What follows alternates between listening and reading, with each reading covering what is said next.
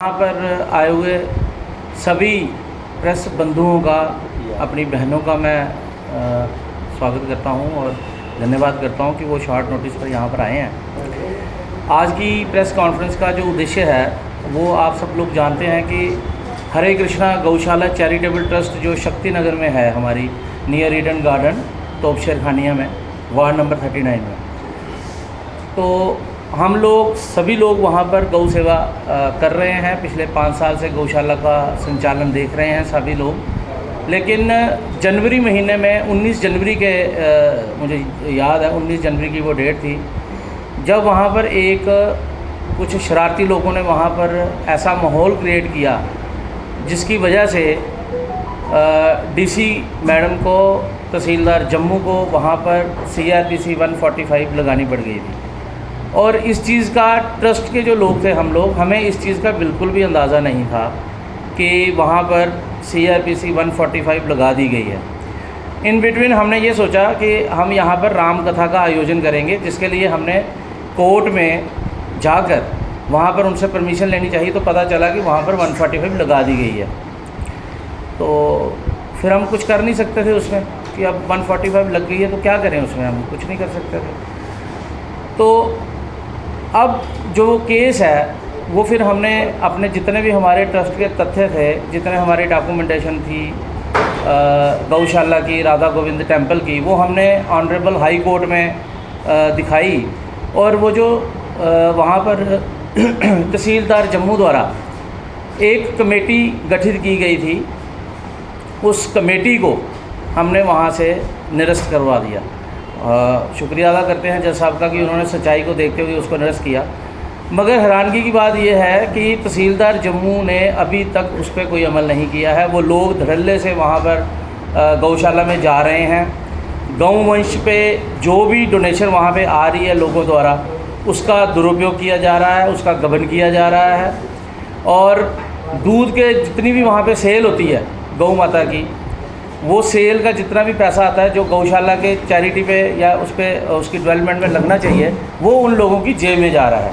और क्योंकि अब ये कमेटी तहसीलदार जम्मू द्वारा बनाई गई थी, तो इसकी ज़िम्मेवारी सीधे तौर पे तहसीलदार साहब की बनती है कि वो इस पर क्या एक्शन लेते हैं।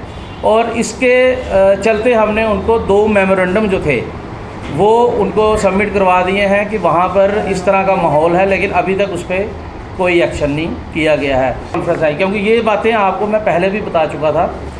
लेकिन आज की जो ये प्रेस कॉन्फ्रेंस है वो पर्टिकुलरली ये रथ यात्रा को जो ये इन्होंने दी हुई है 27 जून को ये निकाल रहे हैं।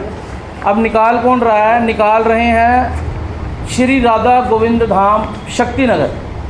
और निकाल कौन रहा है? निताई दास, जो कि ऑलरेडी इसमें कल्प्रिट है, जो कि पहले इस्कॉन जम्मू जो मुट्ठी में है वहाँ पर ये मैनेजर था और इसको वहाँ से धक्के देकर निकाला गया था 25 जुलाई को 2022 में कि इसने वहाँ पर फ्रॉड किया है, पैसों का फ्रॉड किया है। वहाँ पर जो भगवान के वहाँ पर जो जेवर वगैरह थे वो भी इसने वहाँ से चुरा लिए थे। और वो जो TFT वहाँ पे जो उसकी आपकी वीडियो रिकॉर्डिंग होती है उसकी भी इसने TFT चुरा के वहाँ से इसको बेदखल किया गया और निकाल दिया गया। तो फिर जो कमेटी में सबसे बड़े जो इस समय हमारी कमेटी में कल्प्रिट हैं, जो ये सारा षड्यंत्र कर रहे हैं, वो हैं चंद्रमोहन गुप्ता जी, हमारे पूर्व मेयर।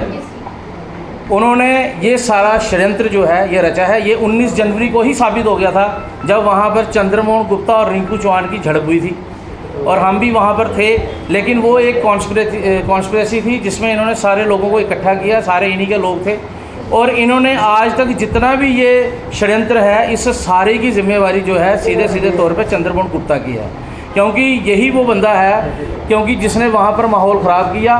और तहसीलदार जम्मू को इन्फ्लुएंस करके उस कमेटी में, जो कमेटी तहसीलदार जम्मू द्वारा वहाँ पर बनाई गई थी, उस कमेटी में चंद्रमोहन गुप्ता जो हैं उनका नाम उसमें दिया गया है। वो मैं आपको बता दूंगा बाद में।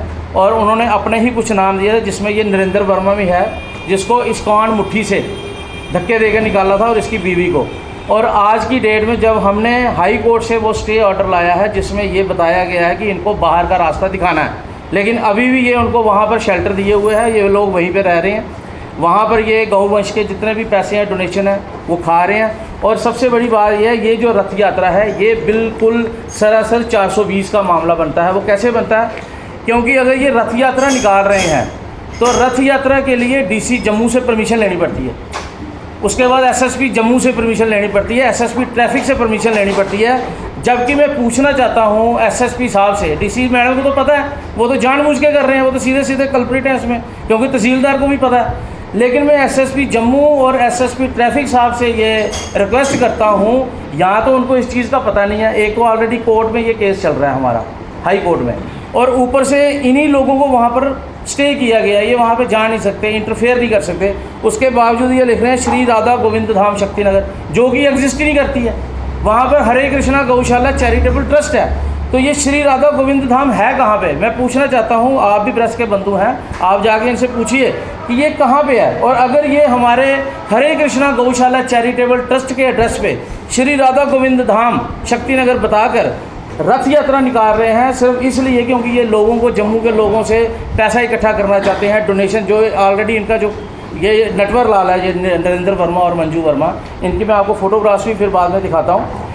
तो ये अगर रथ यात्रा निकाल रहे हैं तो ये सरासर 420 का मामला बनता है।